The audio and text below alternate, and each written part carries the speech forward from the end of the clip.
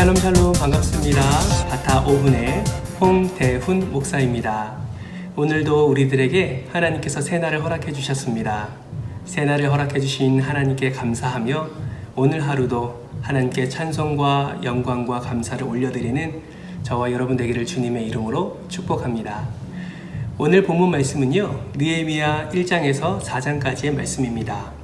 배경을 잠시 살펴보면 남유다가 BC 586년에 바벨론에 의해서 멸망을 당하지요. 그리고 일부 남유다 백성들이 바벨론으로 끌려가게 됩니다. 그리고 하나님이 예레미야 선지자를 통해서 말씀하신 70년이 찬 이후에 하나님께서 고레스 왕을 통해서 다시 예루살렘으로 귀환하게 하지요. 그런데 그거 아십니까? 남유다 백성들이 예루살렘에 올 때 한 번에 다 온 것이 아니었습니다. 무려 3차에 걸쳐서 남유다 백성들이 예루살렘으로 귀환하게 되지요. 첫 번째는 여러분이 잘 알고 있듯이 수룹바벨을 통해서 남유다 백성들이 예루살렘으로 귀환하게 됩니다. BC 536년에 1차 귀환을 하게 되는 것이죠. 그래서 수룹바벨을 중심으로 예루살렘 성전을 재건하는 일을 하나님께서 하게 하십니다. 두 번째는요, 에스라를 통해서 다시 한번 남유다 백성들이 예루살렘으로 귀환하게 되는데요. 에스라는 BC 458년 그때에 하나님께서 2차 귀환을 허락해 주셨습니다.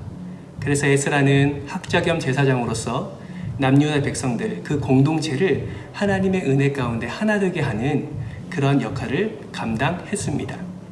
그리고 3차 귀환, 바로 오늘 우리가 살펴볼 느헤미야를 중심으로 하나님께서는 남유다 백성들을 예루살렘으로 귀환하게 하십니다.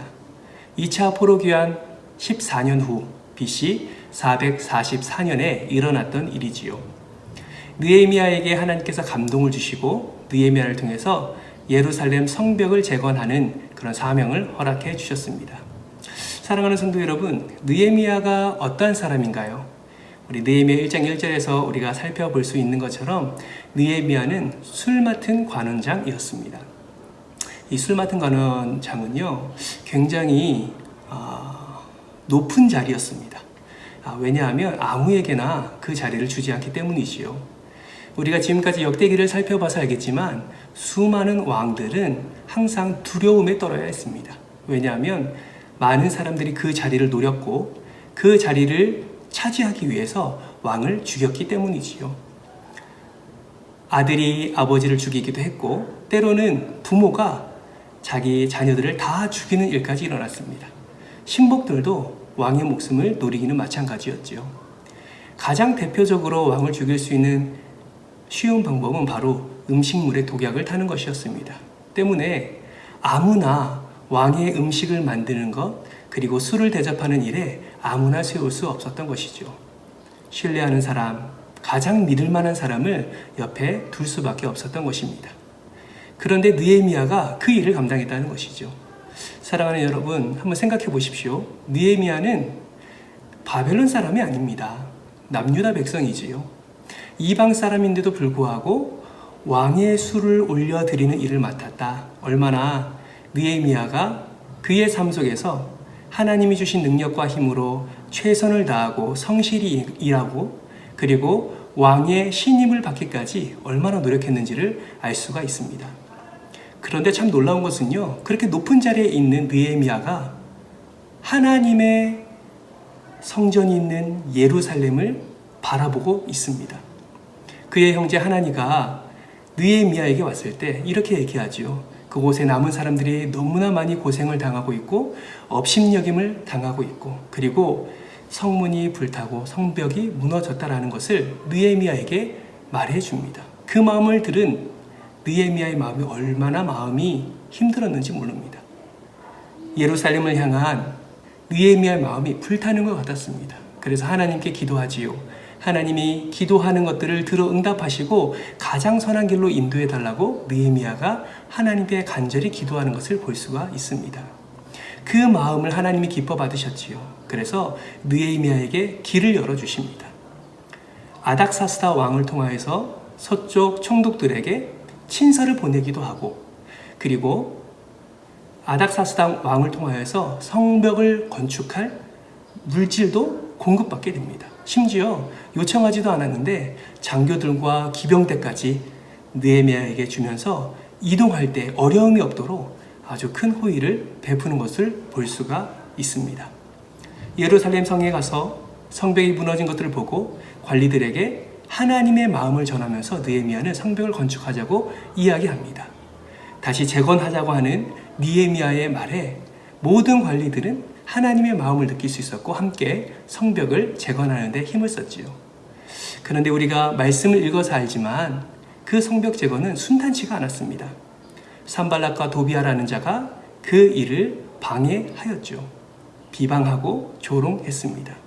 너희들이 쌓는 그 성벽 여우가 올라가도 다 무너질 것이라고 그들을 조롱하였지요. 그러나 느헤미야의 마음에는 늘 하나님이 함께 하심을 기억하고 있었고 그 은혜를 사모하고 있었고 날마다 기도하며 하나님께 나아갔습니다. 그리고 그 하나님을 의지하는 그 마음은 그의 삶에, 그의 사역에 최선을 다하는 성실함으로 나타나 결국 하나님의 성벽을 계속해서 쌓아가는데 노력하고 열매를 맺게 되었다라는 것이죠. 저는 느헤미야 1장부터 4장까지의 말씀을 읽고 묵상하면서 이 하나님을 향한 느헤미야의 마음, 이 하나님을 향한 이 느헤미야의 열정과 열심을 우리는 보게 되었습니다. 제 마음 가운데 큰 도전이 되었습니다. 그러면서 한편으로는 이런 생각을 해보게 되었어요. 하나님, 저는 무엇이 무너져 있을까요? 예루살렘 성벽이 무너져서 예루살렘 성벽을 재건하고자 하는 그 느헤미야의 마음, 그 마음을 보면서 내 삶에, 내 영적인 신앙생활에 무엇이 무너져 있을까요? 라고 생각하면서 제 삶을 한번 돌아보았습니다. 사랑하는 성도 여러분, 지금 많은 어려움을 겪으면서 이곳까지 달려왔습니다. 우리의 삶과 우리의 신앙에 어떠한 성벽이 무너져 있을까요? 여러분의 삶의 성벽 중에 어떤 것이 무너져 있습니까? 오늘 우리가 본문 말씀을 읽고 묵상하면서 곰곰이 생각해 볼 필요가 있습니다. 저는요, 묵상하다 보니까 담임 목사님께서 말씀하신 그 하나님의 마음을 갑자기 생각하게 되었습니다. 그것이 무엇이냐면 바로 예배 회복이었습니다. 하나님께서 담임 목사님을 통하여서 예배의 성벽이 무너져 있음을 말씀을 통해서 매일매일 선포케 하셨지요. 예배의 성벽이 무너졌으니 다시 한번 너희는 하나님에 대한 열심과 하나님에 대한 열정과 또 하나님을 향한 너의 마음을 성벽 재건을 통해서 나타내라 라는 것을 저는 묵상하면서 하나님의 마음으로 받게 되었습니다. 사랑하는 성도 여러분, 예배의 회복, 그 무너진 예배의 성벽이 오늘 본문을 통하여서 우리에게 깨달음으로 다가오고 은혜로 다가오고 또 실천함으로 진정한 예배 성벽을 재건하는 저와 여러분이 되기를 소망합니다. 물론 쉽지 않습니다. 산발락과 도비아처럼 많은 사람들은 지금 시기에 그것은 어리석은 짓이라고 이야기하며 방해하며 또 비방하며 조롱하는 말들이 너무나 많습니다. 그러나 우리는 기억해야 됩니다. 하나님에 대한 열심과 하나님의 기도 응답하심과 하나님의 인도하심이 우리와 함께 하신다면 반드시 우리는 그 모든 방해거리를 물리치고 하나님이 기뻐하시는 예배의 성벽을 재건할 수 있습니다. 바라고 소망하옵기는 오늘 본문 말씀을 깊이 묵상하시면서 다시 한번 하나님 앞에 우리의 예배가, 나의 예배가, 우리 가족의 예배가, 우리의 자녀들의 예배가 하나님 앞에 다시 한번 재건되어지는 은혜가 있었으면 좋겠습니다. 오늘 함께 나눈 말씀을 기억하면서 꼭 바이블 타임 읽으시고 더 깊은 하나님의 은혜의 자리로 나아가는 저와 여러분이 되기를 소망합니다. 축복합니다. 예배의 성벽 다시 재건합시다. 감사합니다.